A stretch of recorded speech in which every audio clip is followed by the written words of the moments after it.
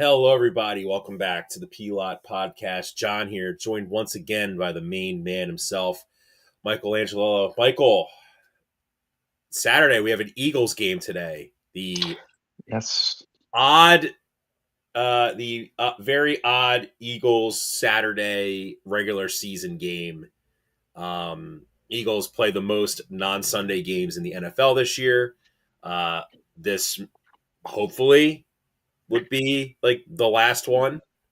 In the regular season, it will be, yes. For the regular season. But how we doing, John? How are we doing on this fine Saturday morning? Oh, we're we're doing well. I got plenty of sleep. I'm going to go out later to go watch the Flyers at noon play I think the Flyers' biggest rival, which is the New York Rangers, at Madison Square Garden, where the Rangers only have 4 wins at home this year, coming Yeah. off a brutal loss to the Buffalo Sabres, where Sam Emerson plays like poop.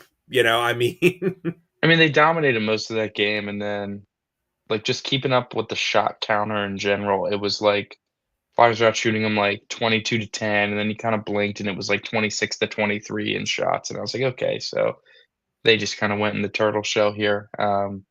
But, whatever. Doesn't matter a ton. They called up Denver Barkey, so that'll be fun to see his debut today. is he going to actually play today? He was called up, man. Like, he's gonna, they didn't call him up for nothing, I think, right? So Yeah. I hope he plays. But I think yeah, you know what? I'll say this with the unfortunate news this week of one of my favorite players on the Flyers, Tyson Forster, essentially out for the season with that arm injury. yeah, which like sucks, but ultimately, you know, there's no reason to rush anything. It's just an unfortunate freak thing, Yeah. So and well, we'll see him so next year. I will say Um, this though about Denver Barkey. Obviously, he was killing it with the Phantoms. Like, I don't want to see him on the fourth line getting 6 minutes a game. Like, that's not no, I mean, I'd something. like to see him. We'll see. We have no idea. They're always doing something a little stupid.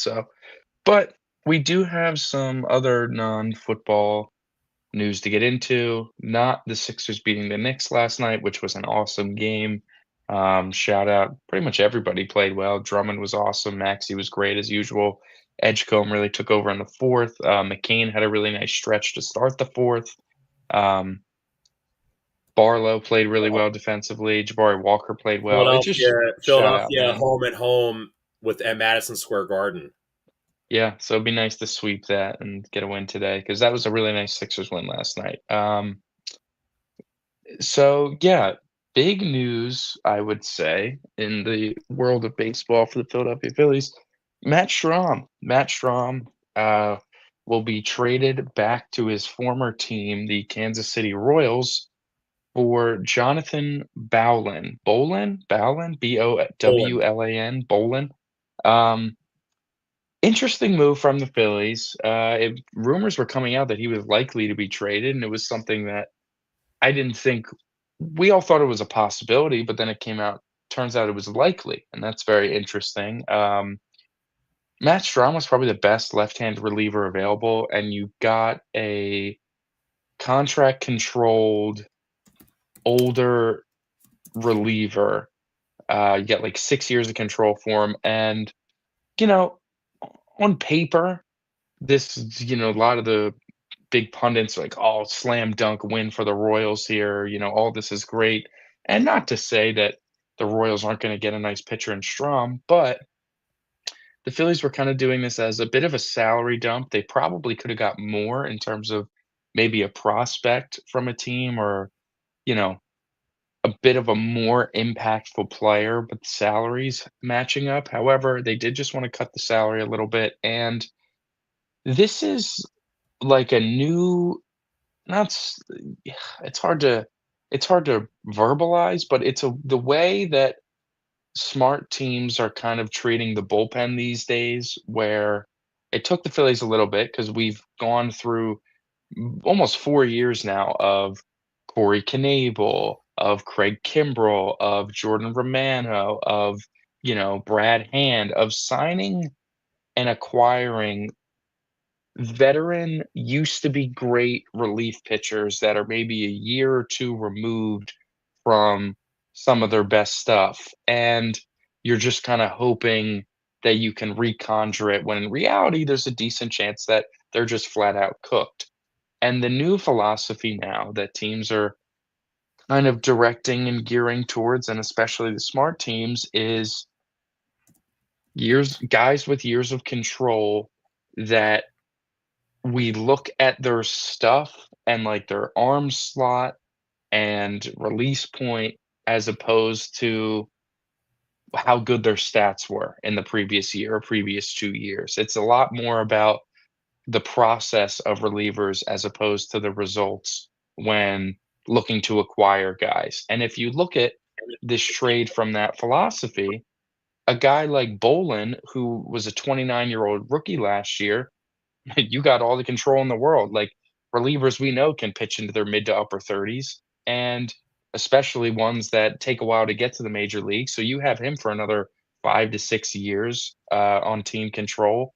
And you look at, his stuff profiles well, and you look at Matt Strom as an asset, and he is definitely a declining asset. His strikeout rate dropped from 34% down to 27% last year to this year. His walk rate went up. His fly ball rate went up, which in turn led to more home runs, as we saw in both the regular season and the postseason. And even though he still put up nice numbers and he takes the ball almost every day and all that sort of stuff, where he is a valuable piece to have, he is a declining asset. His velocity dipped, the stuff dipped. He wasn't getting as much swing and miss, wasn't striking out as much guys. And I think the Phillies wanted to jump ship before things got ugly. And also, there was also some behind the scenes stuff that maybe led to them not being as upset having to move on from him. Um, but on a strictly baseball standpoint, I see where the Phillies are coming from, and I do think it makes sense. I don't think Strom is gonna suck this upcoming season for Kansas City, but I do think he might not be as good for what he would have been trusted to do here, if that makes sense. Yeah, I see what you're saying. I agree. I agree with you. And I loved Matt Strom, man. A really nice reliever here for multiple I years. did get the vibe at times last year that when he would come in late in games, Mhm. especially near the end of the season, he was just kind of unreliable. Like he ran out of gas. Like he's ran out of gas the last 2 years, in mid to late September and in the playoffs. And I think if you look at his usage rate, like since he's joined the Phillies, his first year, keep in mind he was an opener um for like The beginning of his Phillies tenure for a couple months, you for know? a couple months. He had his second most career innings in 87.2 innings in 2023. Then last year, when he was an all star, he pitched 62.2 innings. And then last year, he pitched 62.1 innings. That's the most innings he's consecutively ever pitched in his major league career. And I think the fact that the Phillies could only conjure up a 29-year-old rookie from the Royals who was up and down for Kansas City last year. Like, yeah, man. I mean, that's kind of like, kind of what you brought up. It's just for the Royals. This is kind of like a Corey Knievel or a Jordan Romano. Like, it's funny. It's like, because those guys were like salvage jobs.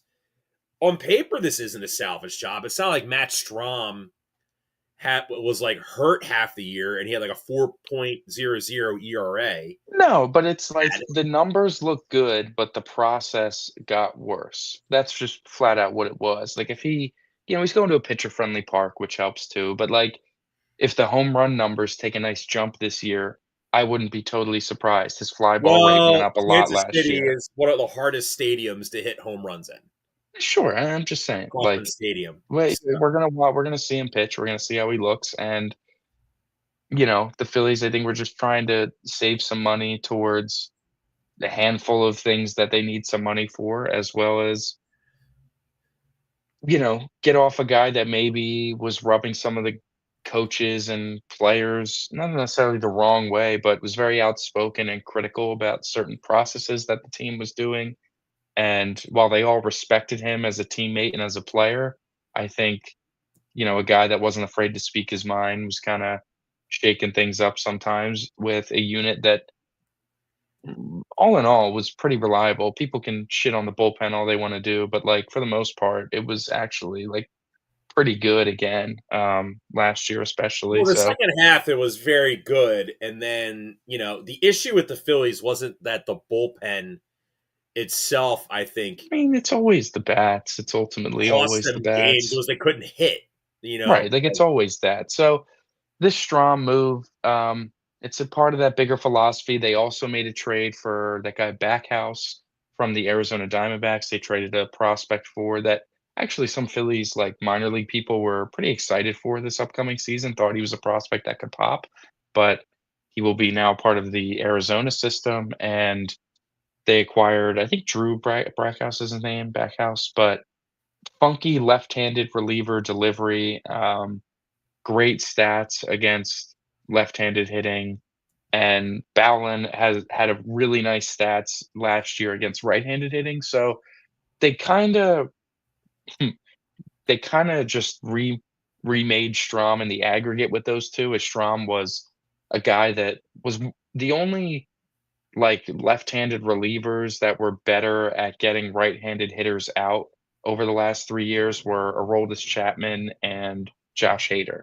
So, Chapman, Hader, and Strom are the best 3 lefties at getting right-handed hitters out, and they got a righty that is really good at getting righties out and a lefty that's really good at getting lefties out over that last day as well. So, the bullpen's kinda taking shape. Dave Dombrowski spoke. They have a lot of belief in Alvarado to get back to his old form, which, that's a pretty big hope, but I do think it's there, and it would be great. They also believe in Tanner Banks replicating a lot of his success that he had last year, which, not for nothing, I kind of believe in too.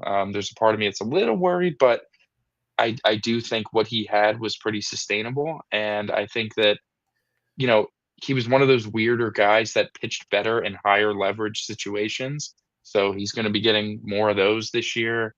Um, the bullpen, I'm not, like, super worried about the bullpen. Obviously, you need the lefties to be solid, but I like what they did with it. They clearly felt they needed right-handed relief depth, and they got it.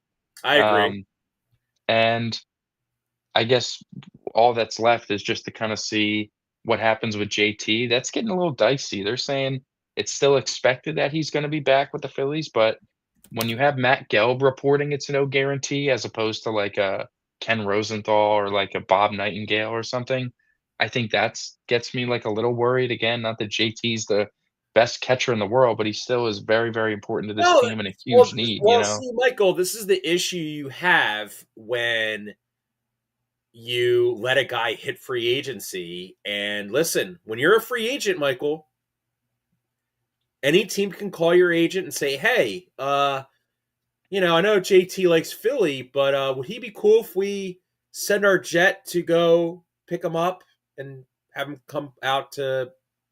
The issue with this is I don't think he's getting courted like that as much as I think he's holding out on the Phillies to try to get a 3rd year, but I don't think he'd get a 3rd year from anybody, to be completely honest with you. The Well, way not if we're going to lock everybody out next year. Why would Well, you? I mean, he would have gotten a 3rd I think the 3rd year if the 3rd year was being offered from outside teams, he would have already been brought back on a 3-year deal to the Phillies. But I think since there isn't a Yeah, lot of and noise in that well, I department, think the not Phillies just aren't that gonna too, throw it out Michael. there.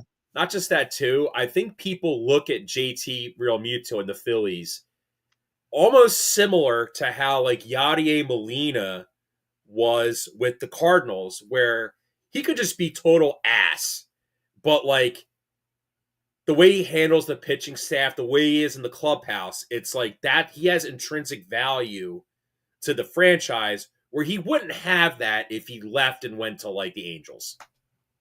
Sure. No, yeah, absolutely. He's very important here, and I think he recognizes how much we need him more than he needs us. That's kind of the MO with all the Phillies sort of free agents. I think the fact they didn't really negotiate at all with him until now, I had this feeling that they kind of low key thought Rafael They just Marquez. assumed. I think No, I don't think so at all. no, or I think they. I don't know. I think they thought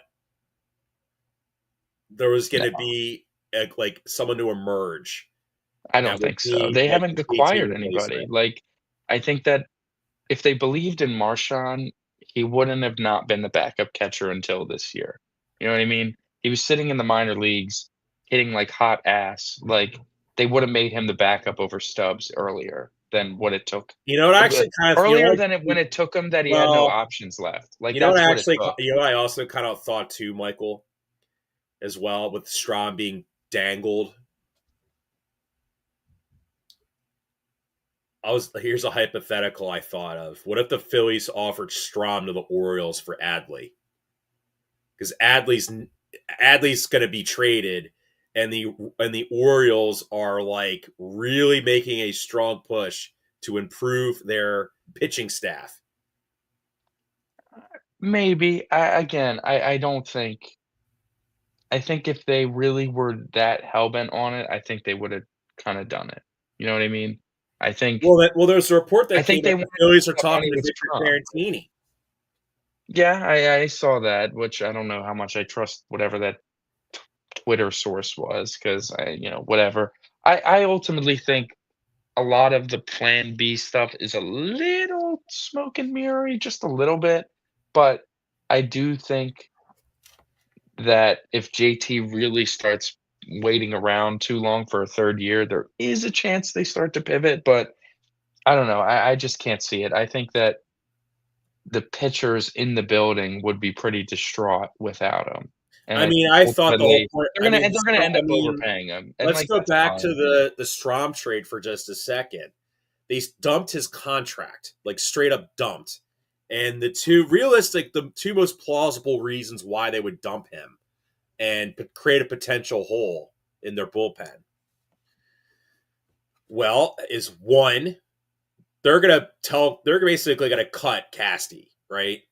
So you got to Yeah, offset I mean, no some one of wants that him. money, or they're going to agree to a buyout and you know defer the money down the road potentially, or it's to bring back JT. It's to get them to free up the funds to bring him back, I mean, it's a lot of there's if they wanna or sign dump if Imai. they wanna dump Castellanos, that's gonna cost money. They wanna bring back JT, that's gonna cost money. If they wanna go sign Tetsuya Imai, that's gonna cost money. If they wanna trade Taiwan Walker, that might also have to cost money to buy his contract down a little Well, bit. no, they don't. If they don't sign Tetsuya Imai, Michael, you kind of shouldn't trade Taiwan Walker because you're going to lose Ranger in free agency, and like Wheeler's status is up in the air. Like I mean, I hear you you. want to be optimistic, but you I also think they're gonna to be honest, I think they're really gonna push for Imai. Like, I do. But we'll see. Obviously, I think if it's not Amai, they're probably not gonna do anything massive, but I'd be shocked. I still would be shocked if JT's not back. I agree. I I would think he put him knows where returning home at like, is. I mean, him returning right now is like 95% likely. I'd hope so. But I hope he really isn't like, I know he wants that 3rd year, but I don't think any team's gonna wanna give it to him because if you're not the Phillies and you just look at if you look at all the numbers with him and you watch him play on a nightly basis, I mean, as an outside team, I wouldn't be super enticed. It's a very inconsistent bat, and it's a guy that I'm not saying is lazy back there, but it's like when you talk about framing and stuff, it's definitely down. And with the ABS system, it shouldn't matter as much, and he still has the pop time, but the blocking and the framing has really just taken a huge hit over the last few years. It's not something that I don't think he's putting a ton of teams over the edge until you maybe start feeling his impact by his comfortability with the pitching staff by like the All-Star break. But again, that takes some time to even get to that point. Whereas the Phillies, obviously, they have all the value in the world of him knowing the staff like the back of his hand. So, yeah, Phillies made a move, more moves to come. So yeah, things are still heating up on the hot stove. But we do have football to talk about. We had a Thursday night game that was really good. We had a little college football playoff action last night. That was a pretty good game, but we're here to talk about the NFL. And Thursday night football was nothing short of a classic. The Seattle Seahawks came from behind in the fourth quarter and defeated the Los Angeles Rams in overtime off a two-point conversion, 38 to 37, and now control their own destiny to get the one seed and home field throughout the playoffs in the NFC. As the Rams are now staring down the barrel of a road playoff game, and the Niners are right on their tails where they might slip all the way to 3. You know what I mean? That is not a guarantee, that they can hold up and be second in their division and finish with, like, the 5 seed. They might slip all the way to 3 and have to come here for the first Yeah, round of the playoffs. I yes, and I don't know, Michael. Personally, though, like the Seahawks won. It was just a wacky game overall, like in my opinion, because at the beginning of the game, the Seahawks felt like they were in control. Then Cooper Cup had that really costly fumble in the red zone. Rams get the ball back. The Rams are just cooking the Seahawks on the ground. The Seahawks have the top rush defense in football. But, you sent me a tweet the other day about basically how Sean McVay's like run schemes are, Amazing. the best in the league, I guess, because we know Kyron Williams. Kyron Williams is a solid running back. He's not a great running back. And Blake No, Corum, he'll never hit a home run. Like, when was the last time you see Kyron Williams break a 40-yard touchdown run? Even never. 30-yard? You never see it, and it's like, we forget that Todd Gurley broke out in the Sean McVay system as if it wasn't, like, due to Sean McVay. You Dude, know what I mean? Todd Gurley Like, was an MVP candidate in 2017.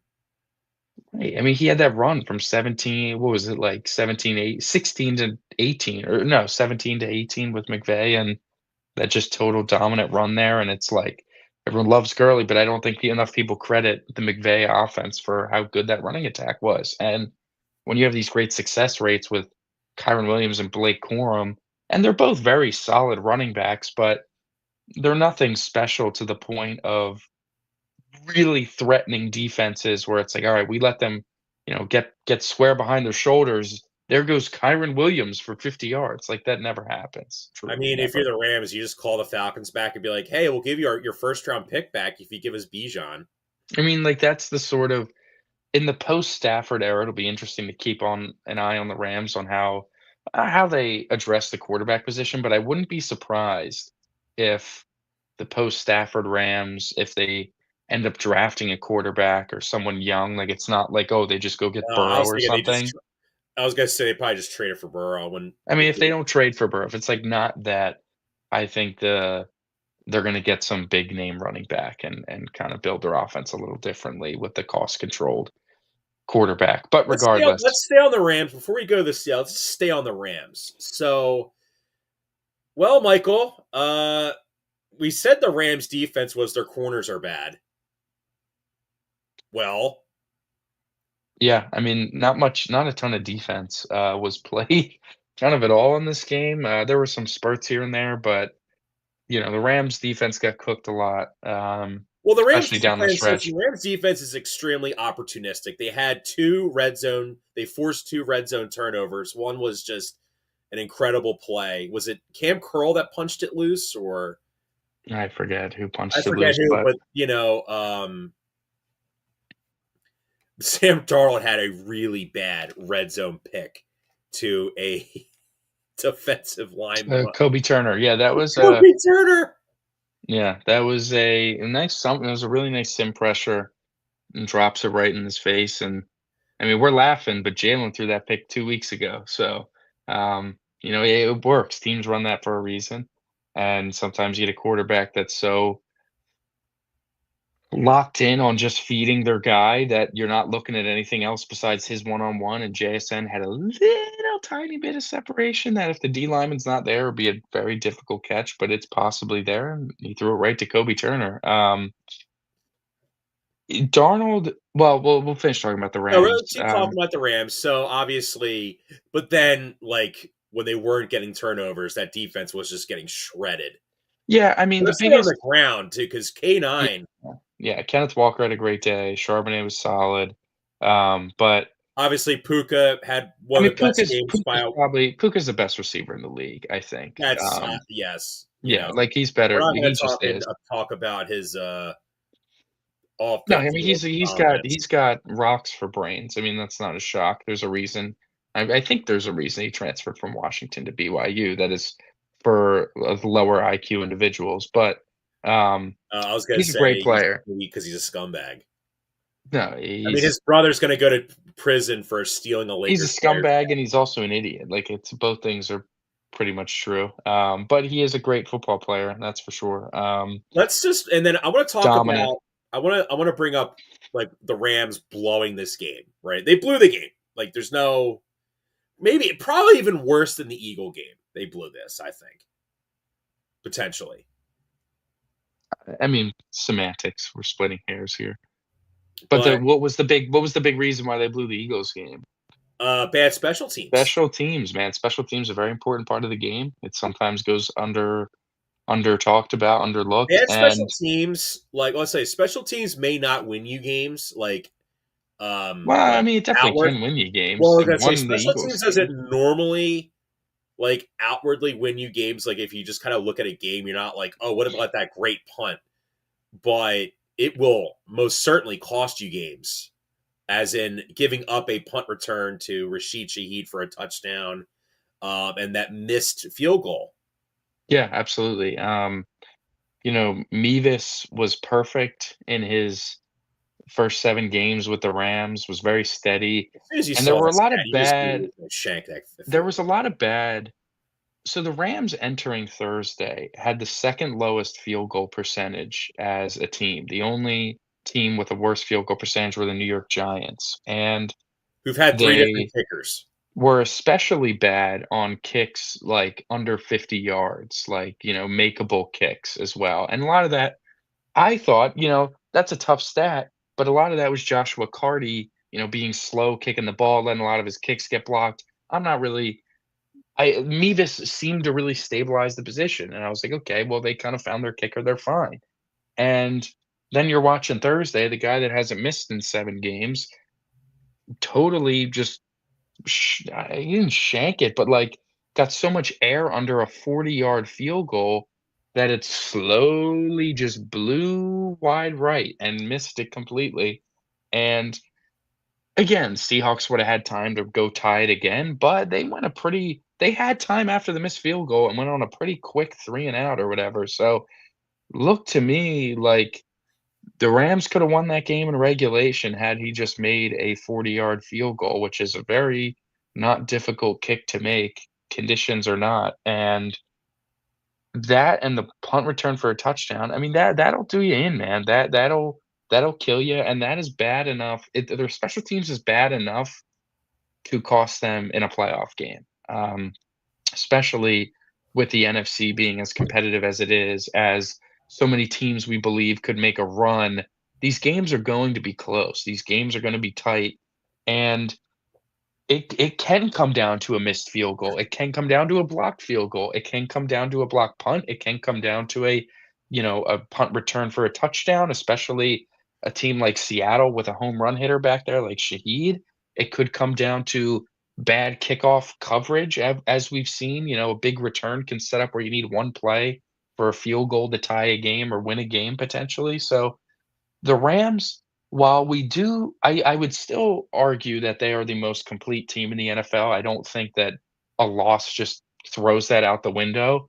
Um, they were without Davante Adams, and again, they weren't having issues scoring points, but maybe it would have been nicer. Some of their drives that maybe stalled would have been touchdowns if they had Adams, because we know how much of a red zone threat he is. And, they had an injury to a right guard, and the backup right guard comes in and immediately is an illegal man downfield on the touchdown pass. So, like, little things also went up against them in this game.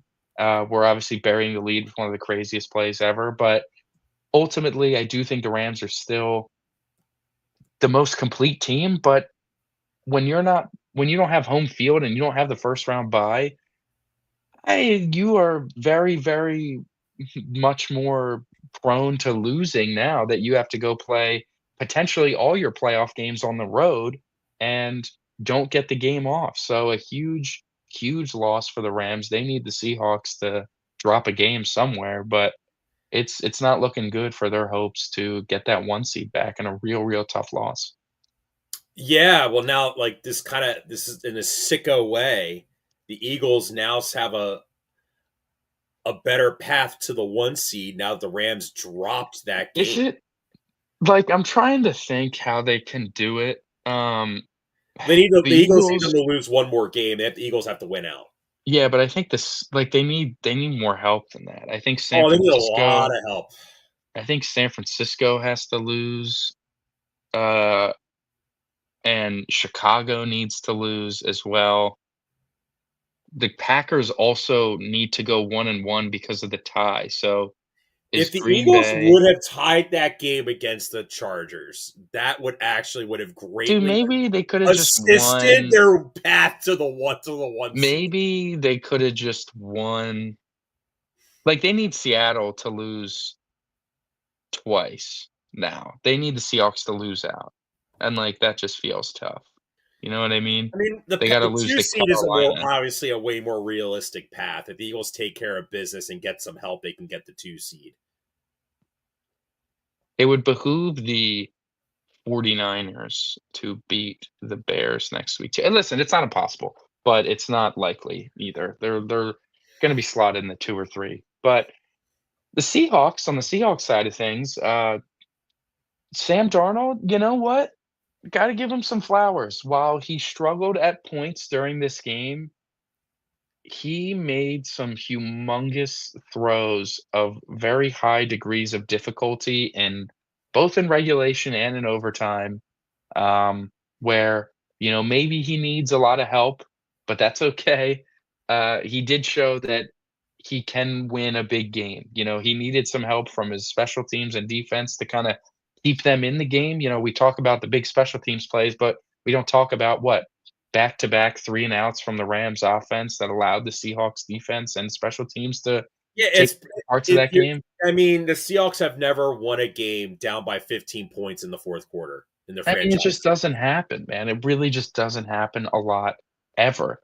And Darnold made some huge throws. I gotta give him his props. He really did make some great throws down the stretch in the fourth quarter and in overtime.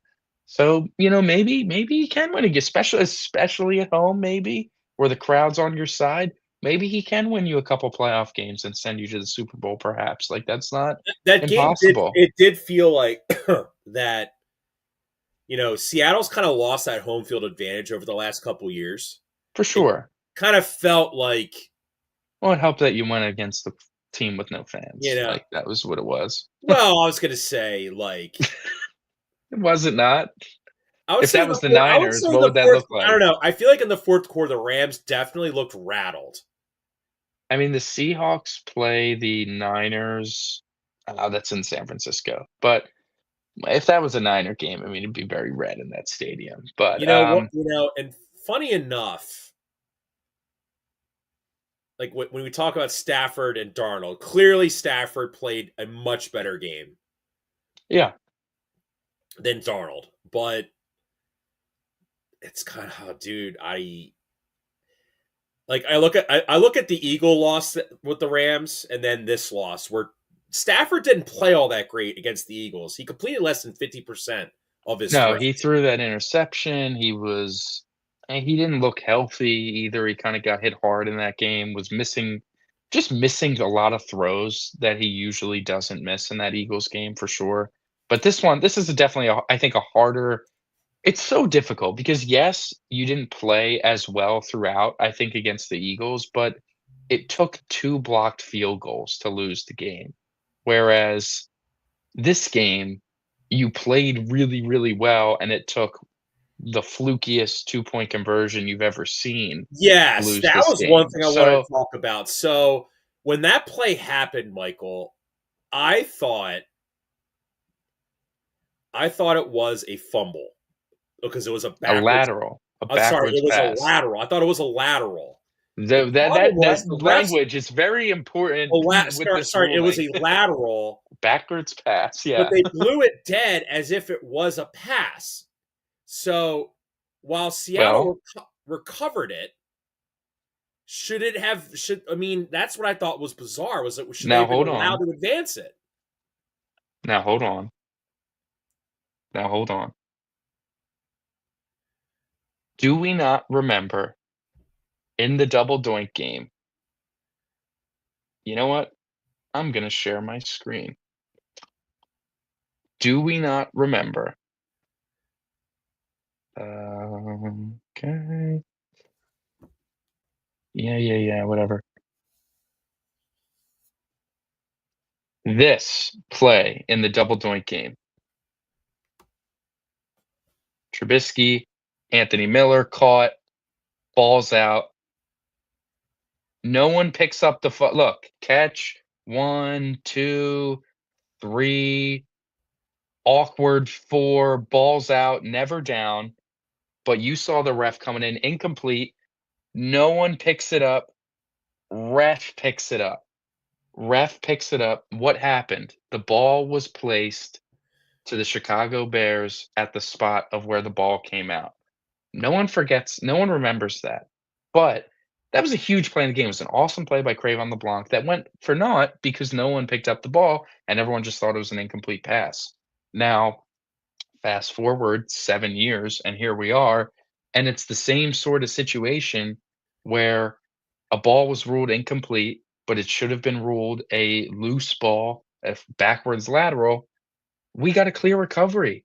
That I'm sorry, I know that everyone hates that and gets uncomfortable by it or whatever, but it's a play that happens, what, once every 7 years or so, and I think it's one of those quirks that is fine. Like, people wanna slam the refs for it, but you can't slam the refs for getting a Well, call Puka correct. did.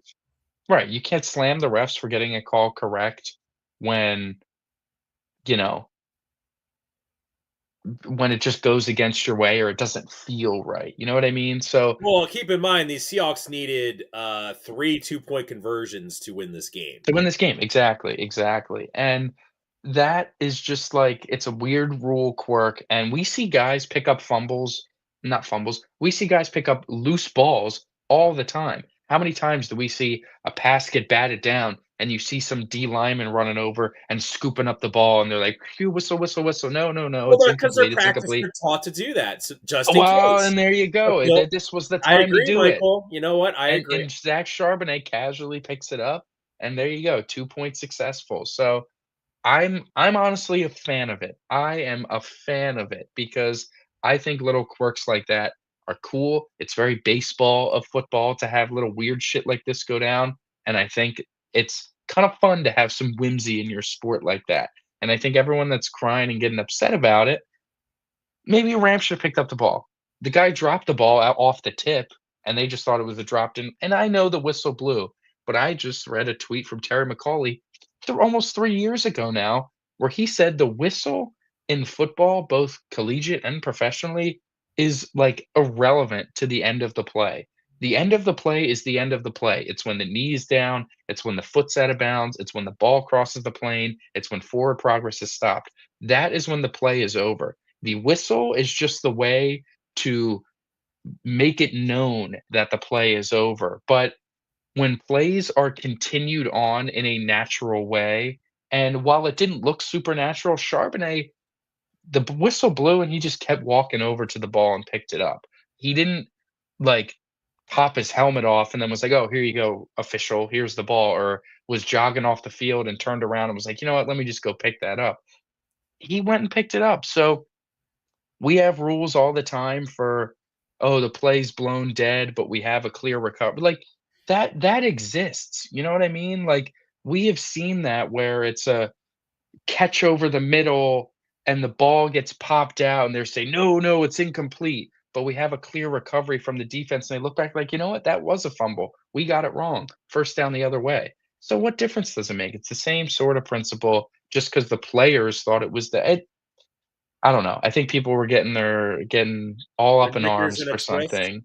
they were for a little kind of fun little quirk, and they had a lot of other opportunities to win this game anyways, so I don't feel any sympathy about it. Um, yeah, yeah, that's my stance on it. Seahawks played a great come from behind game, and shout out them. The trade they make for Rashid Shaheed doesn't do much on offense, but he had the 2 biggest plays of the game of the punt return touchdown, and he had an end around that went for, like, 40 yards that helped set them up, Yes. to tie the game eventually, so Yeah, I would say this, making an Dan. I impact. think I think Clint Kubiak should stay another year with the Seahawks, maybe like Ben Johnson, to get the better job. Because at first I was thinking, like, man, if Darnold goes down, like Kubiak's chances of being a head coach like diminish, right? I think to a certain extent. Like, Mhm, in other words, he's going to get asked by teams, what the hell happened with Sam Darnold? And that puts him in an awkward spot because he could be like, Darnold blows, I'm good, he sucks. Like, then the team's gonna be like, well, geez, he's gonna probably say that about me as the GM behind my back. You know what I mhm. mean? Like, what do you No, do? I You know hear what I you. mean?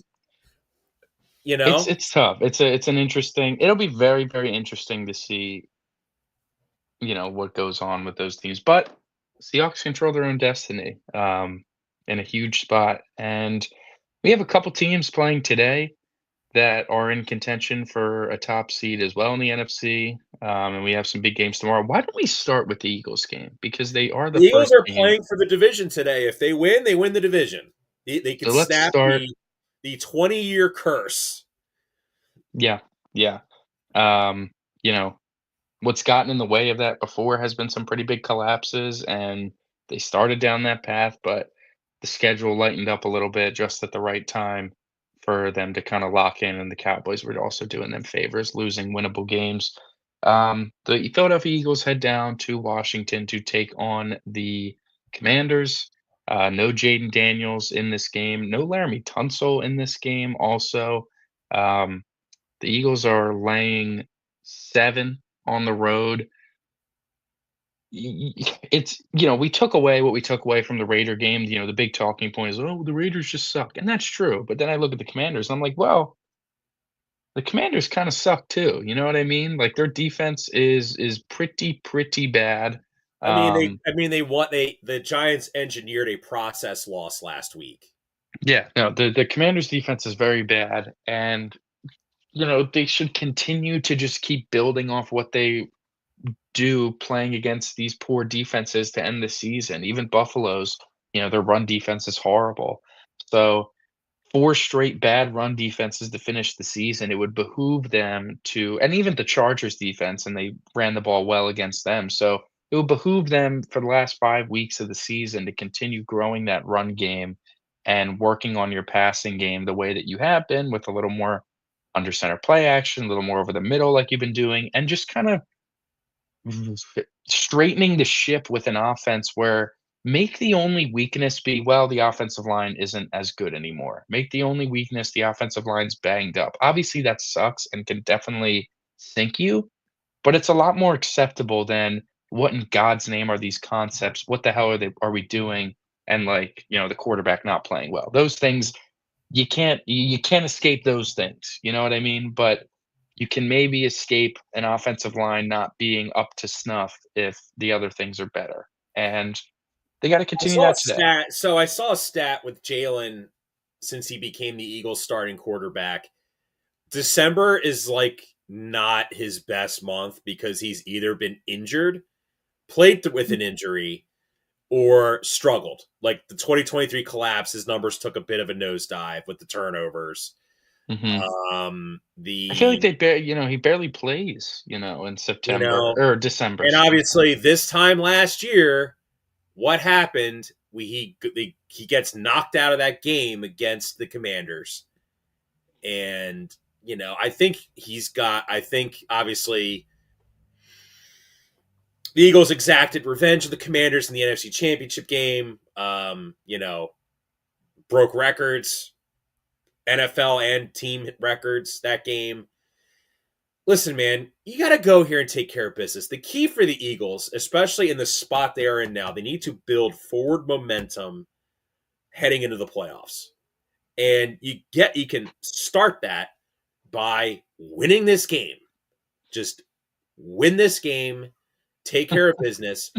Clearly the Eagles are confident that they can win this game because Jalen Carter and Lane Johnson, again, third week in a row, have been ruled out.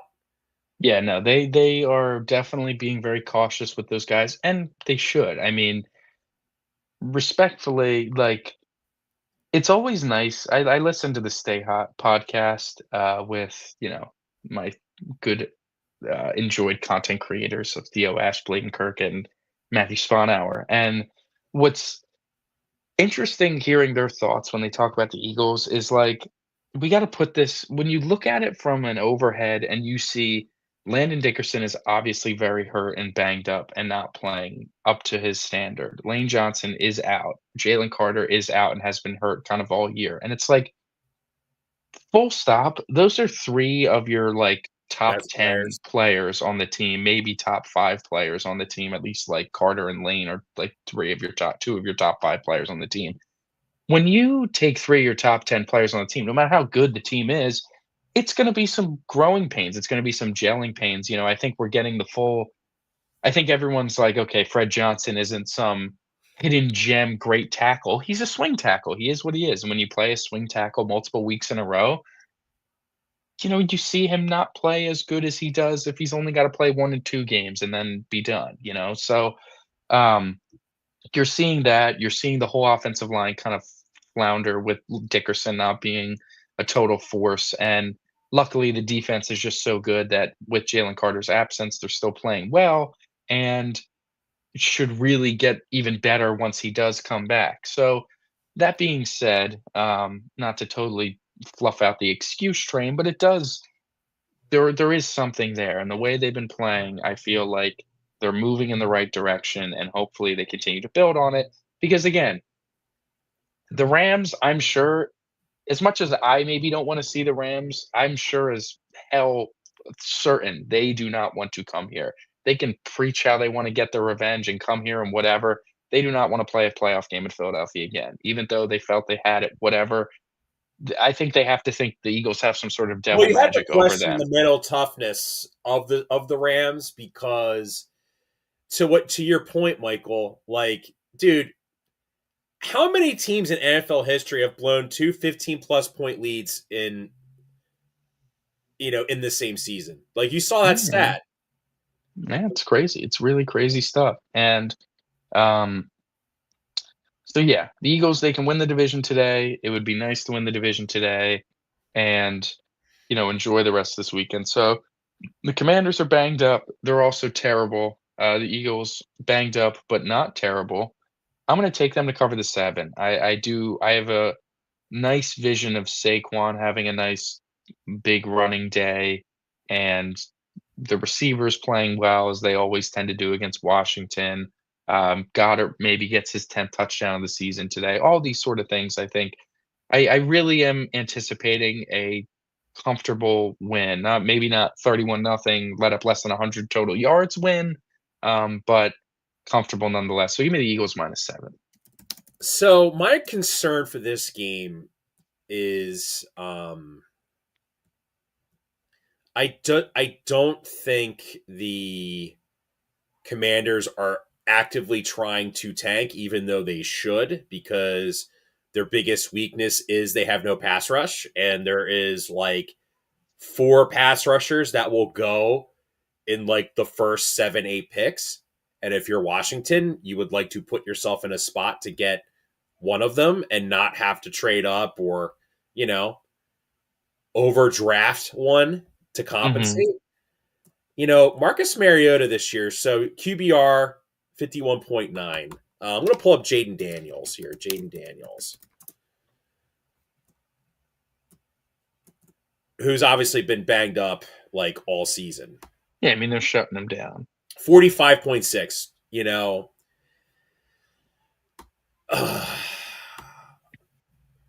I feel like with Mariota, Go they ahead, have. pick Washington, go ahead.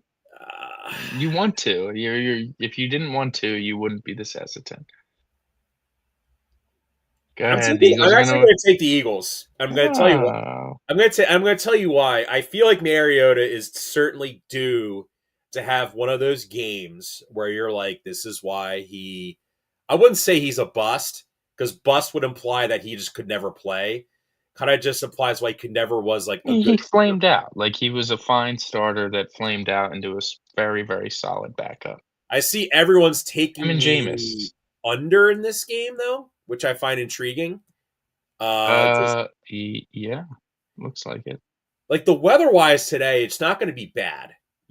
Like if yesterday's weather was today, then yes, hammer the under because we had gale force winds. It's gonna be cold, but it's not gonna be as miserable. You know what I mean? It's I agree. actually I'm looking, it's actually decently split, the over under on some other forums as well. So you know, all right. Both taking the Eagles takes us to Saturday night. Should be a great game. Uh Vegas is, or the public is clearly They divide of the opinion. same thing that happened with the Rams Seahawks game happened in this game. Yeah. And honestly, even more drastic here. So the Bears are 1.5 point favorites at home to take on the Packers. Spread bets are 50-50. Money line bets are 51-49 in very slight favor of the There's a Chicago lot of Bears. juice money riding on this game. It's tough, man. This is a tough one for sure because you look at it and the Packers are without Micah Parsons, and it's hard to argue Well, they have no pass rush without Micah Parsons. that their defense is anything without him. And they already have issues stopping the run. With Parsons, they still had some issues stopping the run. They traded Kenny Clark. Like we laughed, we joked, whatever, but Kenny Clark's still capable run defender. And Which would have been very with useful in this game. his absence, it hurt them in the run game, while, obviously Parsons was pretty much their whole defense. Um, so they do kind of get run on pretty frequently, pretty effectively. And now you take away their pass rush. I mean, the whole reason they lost to the Broncos is because Micah Parsons went down, and Bo Nix had a lot of time to make some nice throws and deliver, touchdowns. So that all being said, I just don't think the Packers defense is gonna be in a good enough situation to win here on the road. And while I do think we know how well Jordan Love plays, we know how good he is in December and LaFleur is in December, I just think the defense is gonna kinda sink them. Christian Watson's a little banged up as well. Their offensive line is very banged up as well in Green Bay. I just think the injuries are piling up. Now, the Bears do have some key injuries today. Both Rome Odunze and Luther Burden are out, but I think what they wanna do is pound the rock and throw to their tight ends and, obviously DJ Moore in there as well. Zaccheaus has been a huge addition for them. I think that the injuries to the Packers offensive line and Micah Parsons is gonna be too much, and we're gonna get a taste of how they're gonna kinda potentially miss the playoffs, but how they would lose in the playoffs this year, unfortunately. So, give me Chicago -1.5 at home. Obviously, this is the biggest game the Chicago Bears have probably played in The double doink. since the double doink game. Man, that's a long time. I mean, listen, dude. They did make a playoff game after that. We forget. Do you remember? Do you remember the playoff game? 2020 at New Orleans. Oh, They were the 7 seed, oh and they boy. lost, or they might have been they lost to Drew Brees. So let me ask you. So let me run this by you though. Game was on Is Nickelodeon.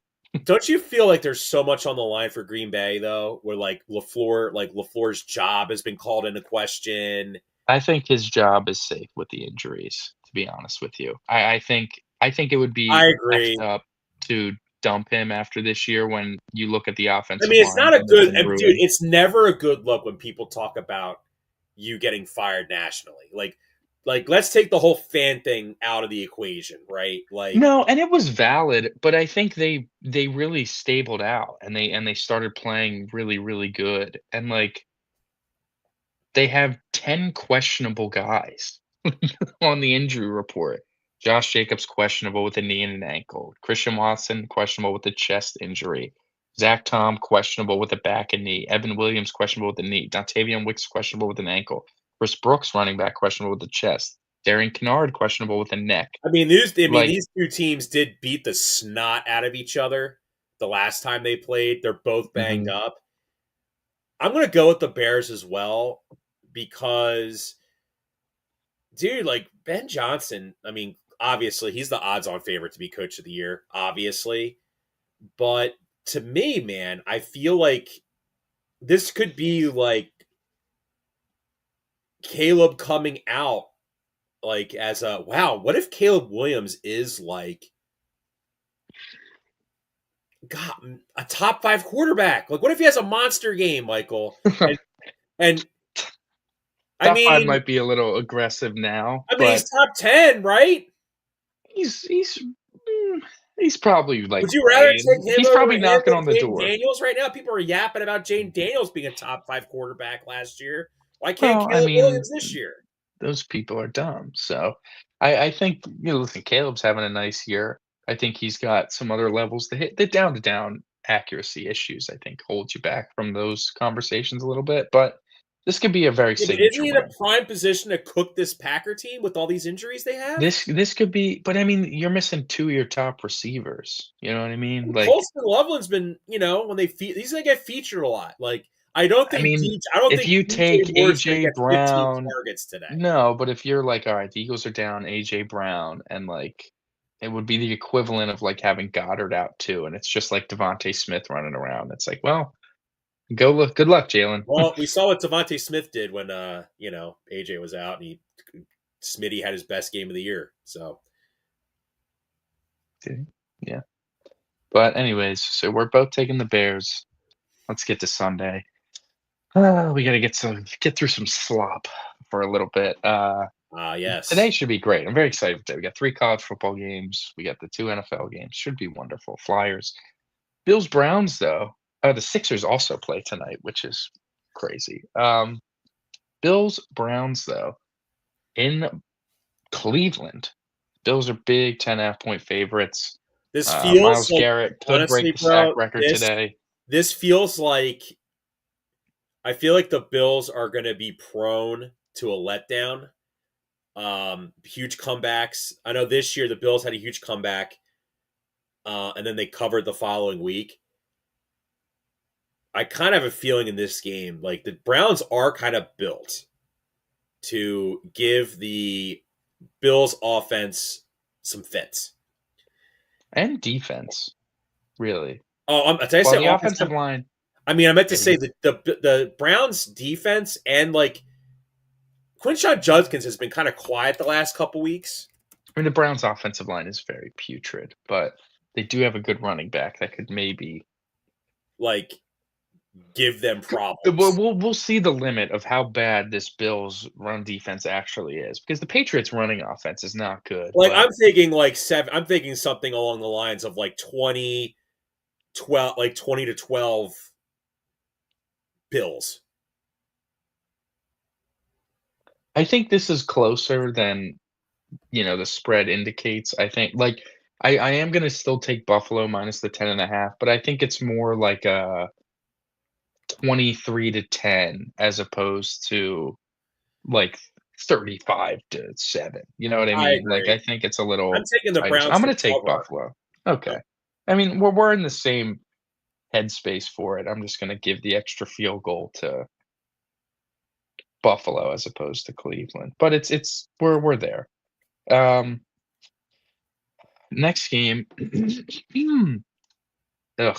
2 non-playoff teams. Who cares? Kidding. Not really. The Jets play the Saints in New Orleans. Tyler Shuck, shout out Tyler Shuck, Oh man, just no. playing spoiler in the NFC South the last couple weeks, bailing out the Panthers, thinking they got it on a silver platter, and then just snatching it right from their jaws and putting Tampa right back in the division race. Um, Playing solid football, man. He, like, just plays solid throughout 3 quarters and then turns it on a little bit in the 4th to orchestrate a big drive last week, getting getting banged early with a late slide, kind of shady, but goes your way and you win a game. Um, Listen, if you're the Saints, you got to give him the starting job next year. You can't take it Yeah, from the him. Saints have So definitely played themselves out of getting Mendoza realistically, but I think they're I mean, okay they're with that. still 4-10. Like they're not that far off. You know what I Well, look at mean? the Like, Jets, dude. The Jets. well, if they lose to the Jets now, all of a sudden that looks pretty good, doesn't it? I I am mean, gonna take New so Orleans, but here's the thing though. The Jets. Right now, I do think the Raiders will wind up with the first overall pick. I truly believe that, and they will take Mendoza. Like that feels like a considerable lock. Like I don't think they would trade out of the pick to get more picks. They will. They need a quarterback right, after right, right. after the Kenny Pickett slop fest last week. That was pretty much a that was Yeah, literally like they need a quarterback. right, With that regardless. being said, when you look at the Case with the Jets, Raiders. they fired. Dude, do you think Aaron Glenn is like trying too hard to be like a Bill Parcells slash Belichick, where it's like no mercy, like anyone that screws up is gone? Because they fired Steve Wilkes after last week when they got blown out. I don't think he's trying anything. I think it's more just like eh, I think he feels he wants to just inject maybe some youth into the coaching staff a little bit. I don't know. Like I think we'd be making too much of a thesis on what Aaron Glenn is because the Jets suck. Like they're just bad. They traded all their good players away. What do Their best what do offensive they their best offensive players on injured reserve. Yeah, and it's like, well, what are they to do? I think they have a decent little infrastructure going on. I think the offensive Do you line think now? isn't that bad. Do you think Kellen Moore,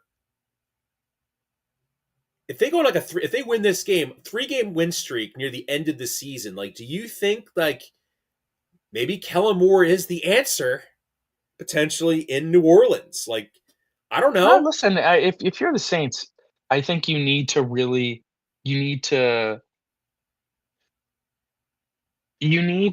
I think in a macro sense, you gotta just stop doing things. Stop signing contracts and void yearing money and putting yourself in, like, future cap hell or whatever. Just let it all come to a head.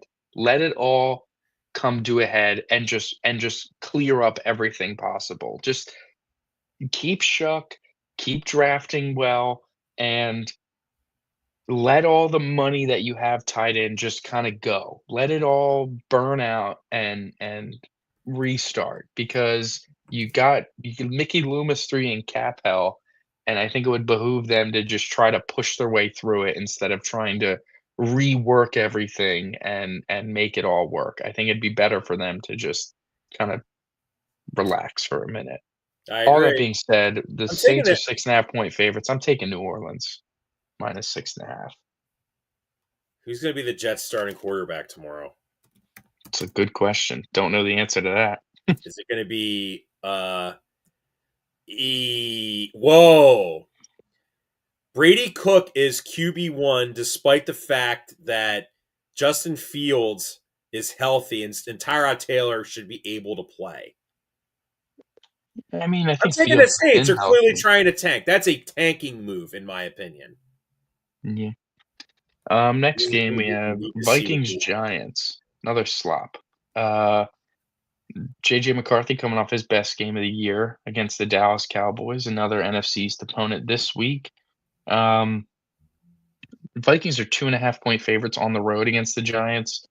I thought the Giants were going to win a game they had no business winning against Washington, and then they just looked absolutely atrocious.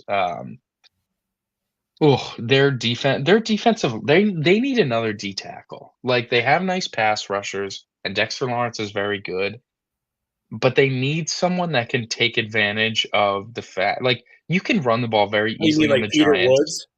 just anything. You can run the ball, you can double team Dexter Lawrence into oblivion, and the edge rushers, you know, they're not, like, supreme run defenders, and you can just have a lot of success running the football against them. I think if they need to go find their Moro Ijomo in the draft, their Milton Williams in the draft, someone that looks incredible next to a great player and turns into a good player because of it, because they're getting these favorable matchups and reps and stuff, as opposed to, you know, just some schlub that can easily get one-on-one into hell. But again, we're talking a lot about two teams that just don't matter.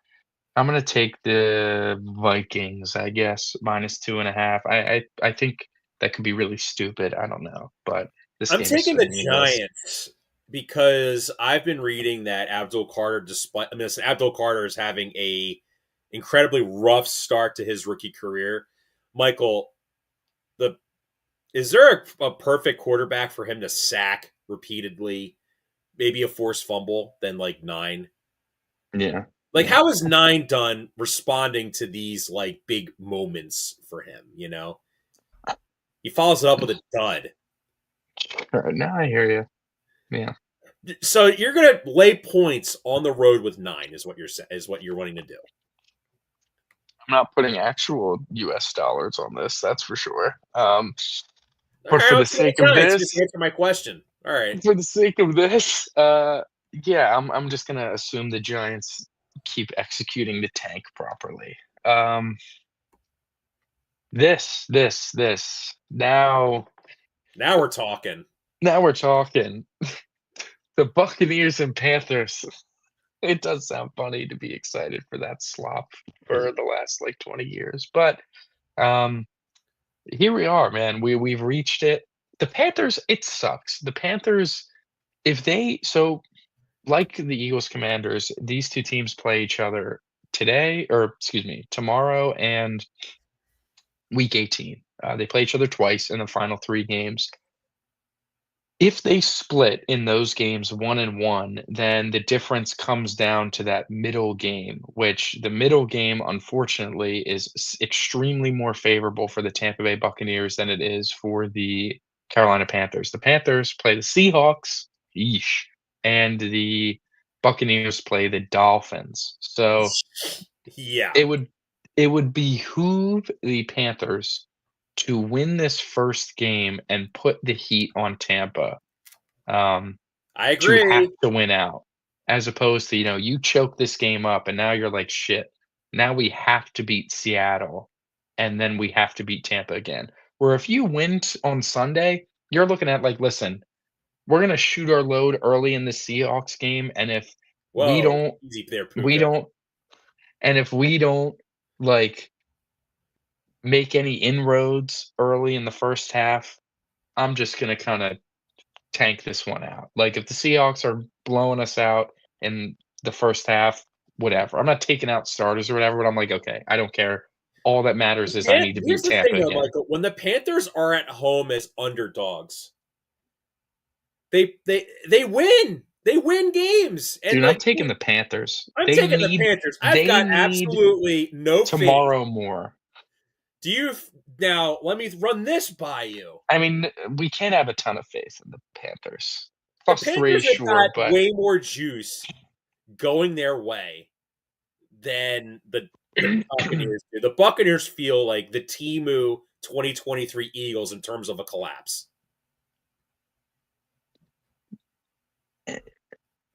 it's just not even close to the same thing. What do you Like, they mean? were what, 5-1 and they collapsed? And that's a collapse, but it's barely a collapse. It took, like, 3 months. You Everyone just was played m yapping about Baker for 3 months Listen, John, you don't have to straight. tell me. Those people love what Baker is. That's what it is. They love the kinda guy that Baker is, and they view themselves as, like, relatable and can picture themselves hanging out with Baker Mayfield, so they love him like that. And the fact of the matter is that over the last 3 years, under a bad coach and mid-quarterback play, they've beaten up on what is the worst division in football in the NFC South. And yeah, congrats on the division titles, man. Who are you beating? You That's a play good the point. worst division ever, and now finally one of the teams in the division doesn't totally suck and you're about to choke this shit away, I don't wanna hear it. Like, it's always been this way, you just haven't played any competition, and now you have some. They might go out and beat the Panthers tomorrow because the Panthers still really are just not that good, where Tampa at least has some more definitely has more talent. Um, Battle of Heisman Trophy winners. but my rage, my hatred, I guess, towards the Buccaneers and the quarterback, I'm gonna will my way. I'm taking Carolina +3 with you. This is what. So the Buccaneers just have no pass rush, and one thing no one talks about when it comes to the Panthers is how well their offensive line has been all season for them. Like Michael, you see some of those like Bryce Young like scramble drills that he runs. He's got Mhm. all day to find Tet downfield or Jalen Coker. Sure. I'm taking the Panthers. Listen, I'm not surprised they lost last week, and entirely honest, look ahead, that was the trap game. Think about it. The Carolina Panthers, Michael, are finally we're in a trap game last week where they were the team that was going to get trapped. They're not the other way around. Yeah. Yeah. It hasn't been that way since Cam, that's for sure. You know? How wild is that? Anyway, let's move Yeah. on. Wow, look at this breakdown. Look at this Oh, score how chart. the mighty have fallen. The Kansas City Chiefs, led by Gardner Minshew, are only 3-point favorites on the road against the Tennessee Titans. What everyone thought was gonna be, "Oh, here's a layup before Christmas." Now it literally doesn't even matter. Why even talk about this game, John? It's 2 non-playoff teams. Who cares? Isn't that Wow. crazy? The Chiefs, should they still like, I don't know what this is gonna be. Is this gonna be like the game where Minshew can look good in a game. We know that. We know he can play well. Is this gonna be one of those? Is Andy Reid really gonna be cooking up a master class, or is this just like you know what? Just get me the hell through this season. This is the season from hell. Just get out of here. I don't know. And is this a spot where the Titans can steal a win and kinda choke up their great draft position? Like, is Spags gonna be coaching his ass off I against mean, they Cam? kind of did a couple weeks ago. Like, they did, and it's like they could do it a hell of a lot worse, you know what I mean? Like, is Spags gonna be dialing up all these crazy blitzes on Cam Ward? I'm not saying he should be like, "Oh, I like Cam Ward." I don't, you know what I mean? But hard to say for I sure. mean, I don't really know. realistically, like Like, the for Chiefs the aren't that good. Titans, right The now, big advantage every week for the is Titans, Mahomes. you need Cam Ward to play well because he is the future of your franchise. Mhm. Yeah. I mean, he is at home, and the Titans are 6-8 against the spread, despite them just being like putrid. Um, the Chiefs are 5-9 against the spread, and they're laying 3 points in this game. I'm gonna tentatively go with the Chiefs, and I'm gonna give you my logic. Every year with Gardner Minshew, he plays one game where he cons you into thinking, he'd be like a good bridge quarterback if we draft somebody and then start him for like 5 weeks. And this is kind of the opponent to do it against, isn't it? I mean, you look at the Chiefs' remaining schedule. I think they have to play They play Chiefs. Denver and the Raiders. Yeah. Oh shoot. You Is know the what? Raider game I there? think You the know what I Raider mean? game's the con game. I'm gonna take the You want to take the Titans? Titans. I could tell you. I could tell I'm you. gonna take the Titans +3. Wow. Eesh. Not putting currency on this one either. Alright, we're split there. Chargers, Cowboys. You talk about an interesting game right here. This is the Michael, if the definition. Eagles win the division today, the Cowboys will win this game 100%. That's what I'm thinking too, man. They're favored. Dallas is 1.5 point favorites. Now, They there's should. The this Chargers have been crazy sneaking these there's this wins. crazy little quirk that happens this time of year, maybe once a year. It's very rare that these sort of things happen, where I'll set the scene. You have 2 teams playing against each other. You have one team with a winning percentage of 700 or higher, right? The Los Angeles Chargers. They are on the road taking on a team that is 500 or worse, the Dallas Cowboys. Now, where this weird quirk comes in is that under 500 team at home is favored, like today, like today. The Cowboys are 1.5 point favorites, despite being 6-7-1, versus the Chargers, who are sitting at 10-4. We have a double-digit win Charger team that is underdogs against the team that's under 500. Now, this happens twice this week. We'll talk about the other game in a little bit.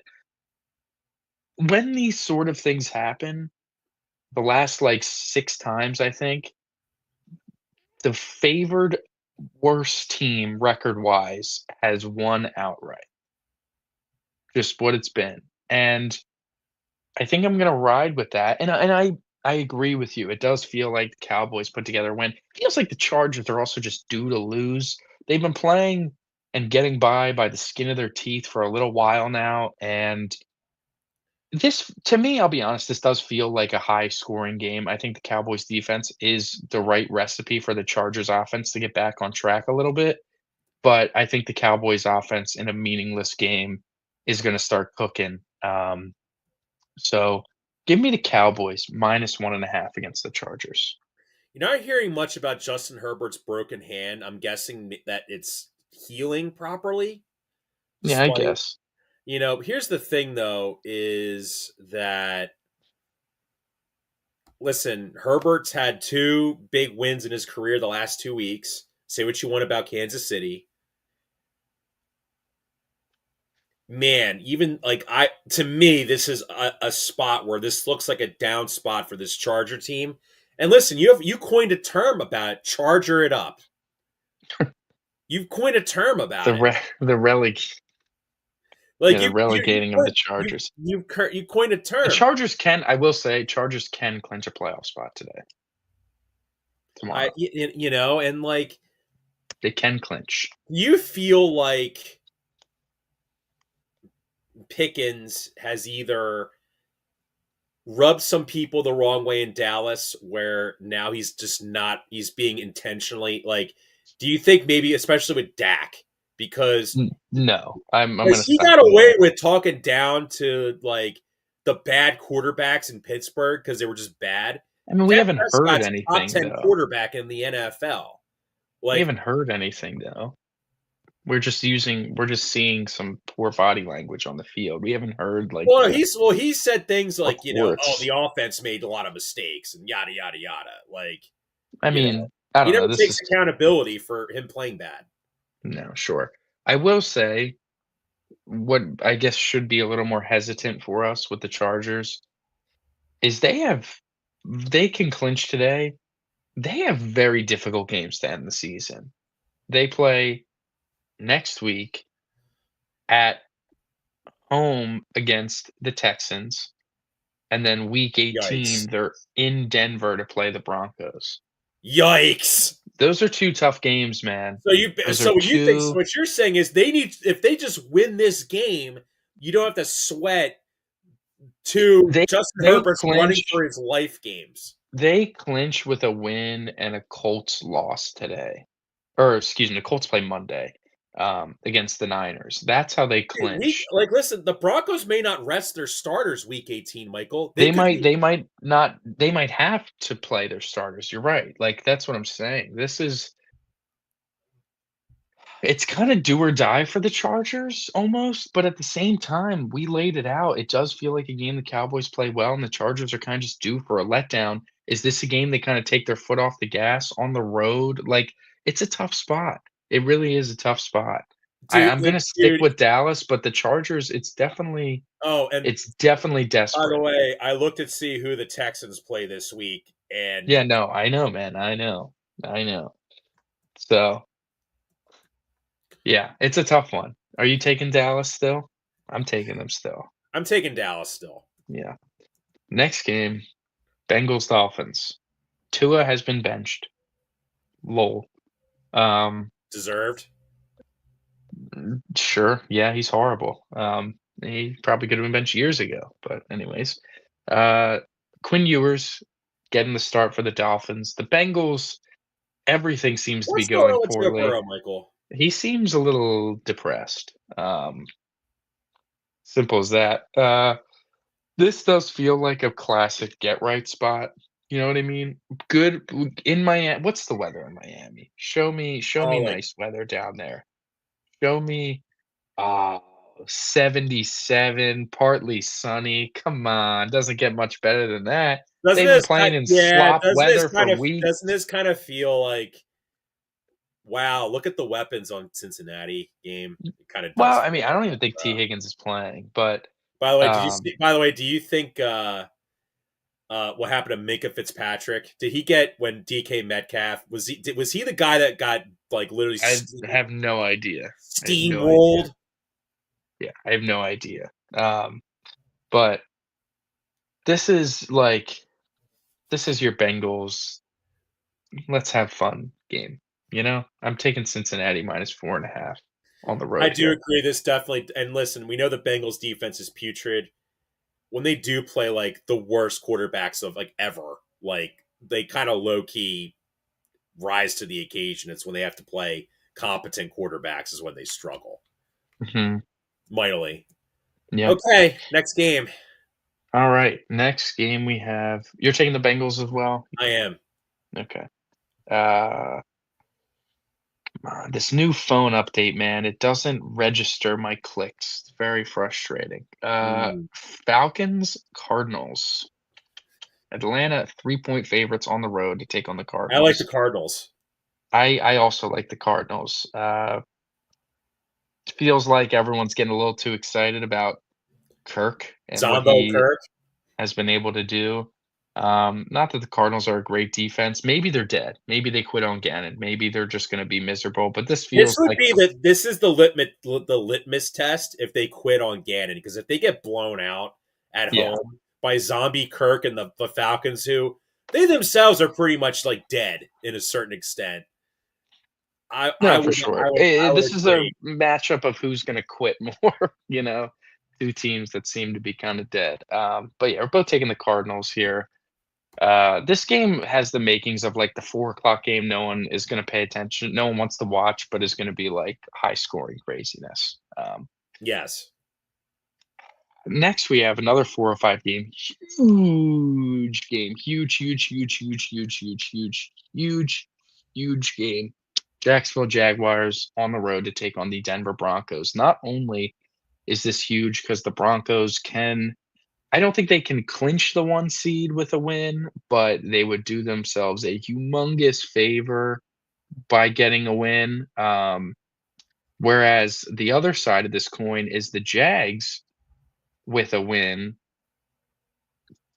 could it won't again, no, they can clinch a playoff spot absolutely with a win and a Colts loss, but can really start making things hairy uh to potentially get a top 2 seed in the AFC. You know, they gotta be obviously gotta stave off the Texans, but there is a chance here that if they come up with a huge upset win in Denver, potentially could, maybe even steal the 1 seed. How crazy that would be, but they're definitely they're on a high, they're playing really, really well. This is a really difficult matchup, difficult spot for Jacksonville. But I'm gonna trust it, man. I'm gonna take the Jags. The Broncos are coming off a huge win. I know it was out of conference, but that felt like a statement win. And the Jags have been playing some soft competition. I think they've been gearing up for this game in particular. I think Liam Cohen's gonna be ready. I'm gonna take the Jags plus 3.5 here on the road. I'm going to take the Jaguars as well. Teams that have 11 game win streaks like the Broncos are riding at the moment really struggle to win that 12th game. They faced against the spread. They are Mhm. laying 3.5 points. So if they do win, it's going to be most likely very close. Yeah. Here's the thing, Yeah. though.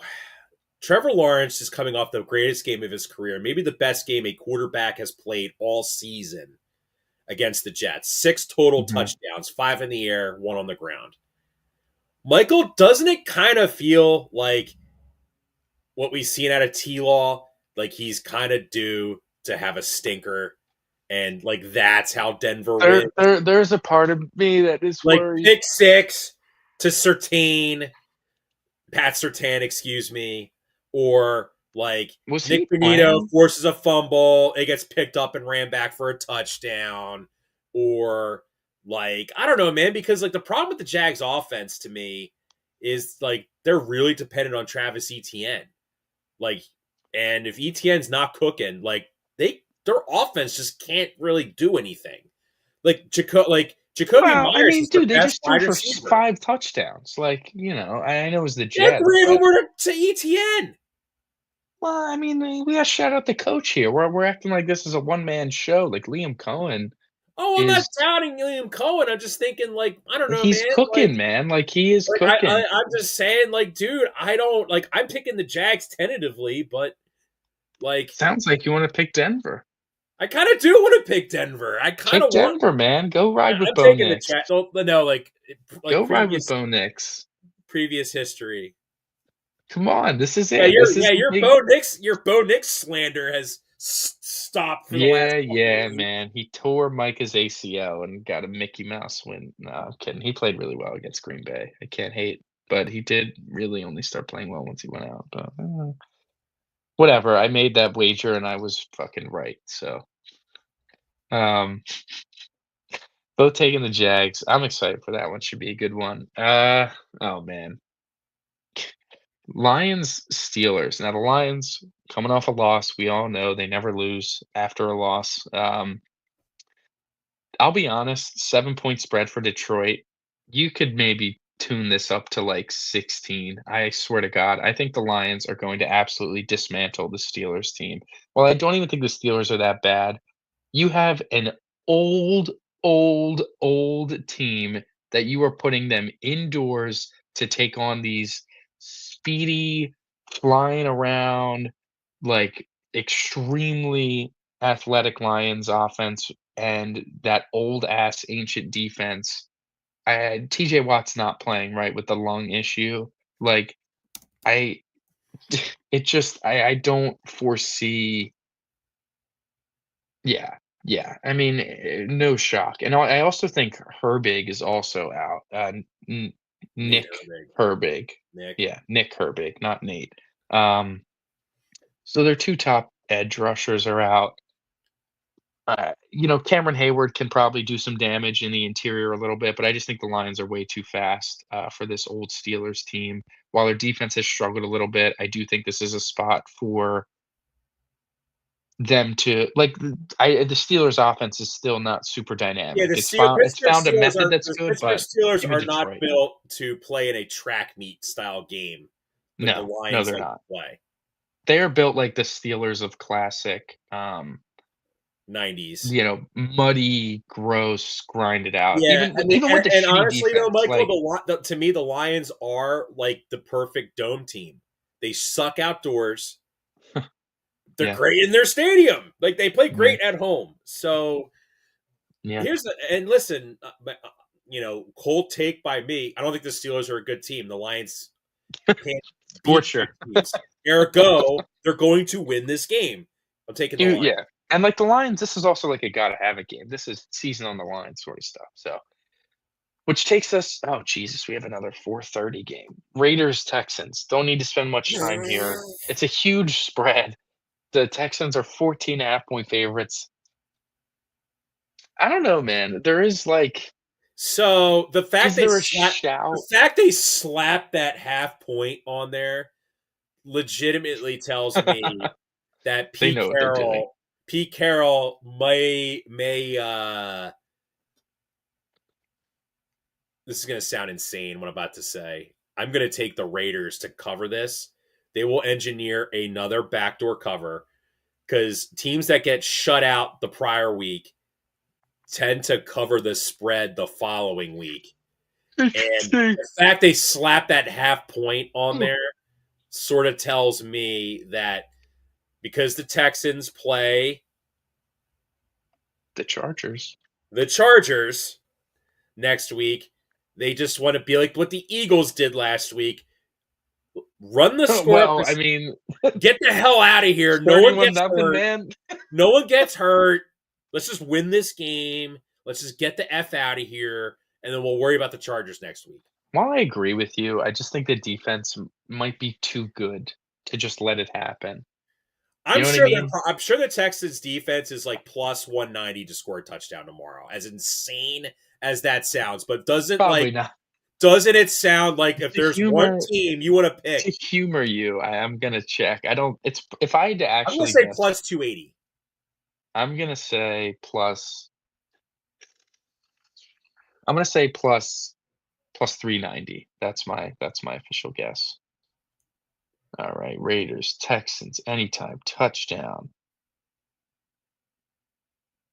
Oh, alright. Maybe a little too aggressive. I guess we should consider that defensive touchdowns really don't happen all that much. Plus 700. Wow. Wasn't even close. Like, can't you kind of see Anyways, Kenny fumbling? it's not Pickett, it's Geno.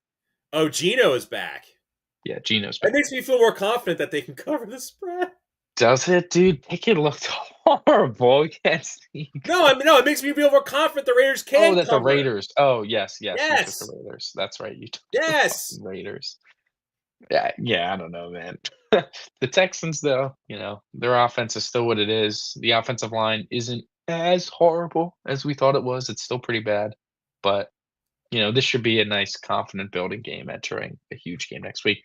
Takes us to Sunday night. I went on that long tangent talking about the Charger-Cowboy game, about a team with a 700 or higher winning percentage on the road as an underdog against a team that's 500 or worse.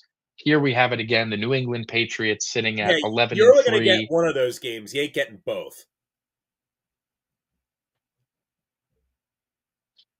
New England Patriots 11 and 3, heading to Baltimore. Ravens are 7 and 7. The Baltimore Ravens are -3. Biggest game of the year.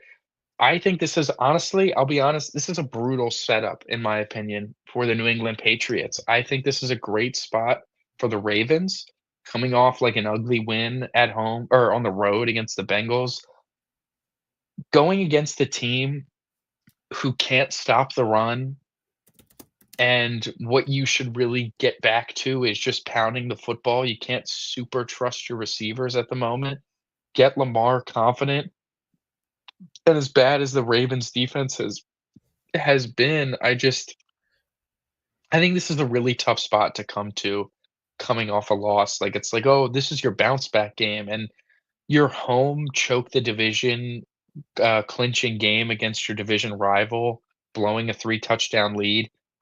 To me, the recipe of going on the road against a desperate Ravens team on prime time does not sound like the answer to that. I'll be completely I got to, honest with you. Michael, what's the This is a difference Drake between May the this is a Chiefs Drake and the May Ravens? win the Michael, let me ask you a MVP game. question. When you look at, like, I don't know, you look at this Ravens team, they beat, like, our little sisters of the poor, not really convincingly, just get in there, get a win, and get out. They beat another, like, our little sisters of the poor team. But every time they play, like, a semi decent team this year, it just, I don't know. Like, that's the thing, because Lamar's banged up. They're poorly coached. They have more talent. Like, that's the funny thing. They're way more talented on paper than the On New England offense, Patriots yeah. are. I mean, the Patriots can't Even run the on ball well. defense, dude. What, like Kyle Hamilton's not a top three No, safety? sure. The Roquan Smith? Patriots the Patriots defense or excuse me, the Patriots offense, their running game, they can't really run the ball super well. Like, anybody can run on Buffalo. Travion Henderson broke 2 50-plus yard touchdowns, and that's great. Maybe he can do it again, but I just think that you look at how Buffalo was able to kinda pound the ball down their throat, even from behind, like Jesus, even while losing, and I think that Baltimore needs to get out and just be aggressive running the football and kind of establish it against New England and not give them a ton of breathing room. So Give me the Ravens -3 at home here to a win and a Ravens win and a Steelers loss would put Baltimore in first place in the moment. I'm taking the Patriots, and I'm gonna kind of. I expect them to bounce back. Here's the thing, though, man, is there is. I wouldn't be Oh, it would not surprised. put them in first place. I apologize for that. I'll be honest, dude. I can kind of see the Ravens winning the majority of this game, and then we see that Drake May come back, like like a typical Harbaugh game mismanagement. Patriots steal it at the end of the game. And listen, we talked about the MVP race, right?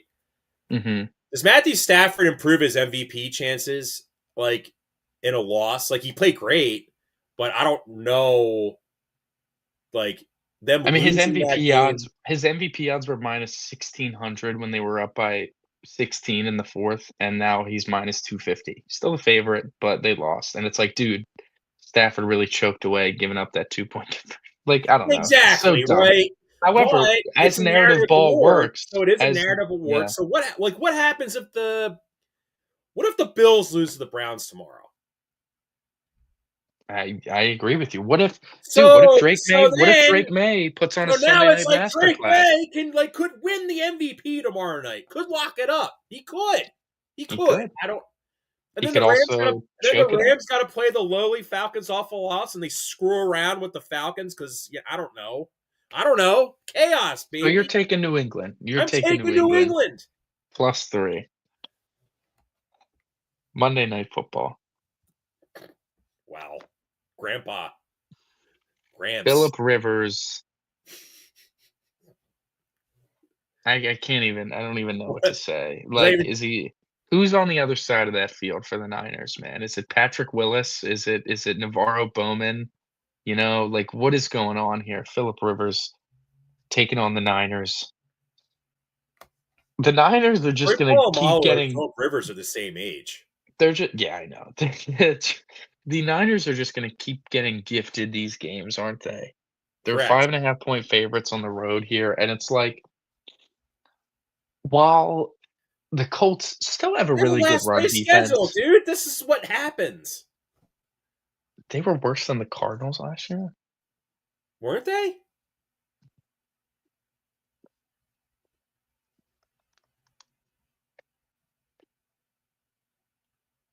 Damn. Cardinals went 8-9. What a shit show this year's been for them.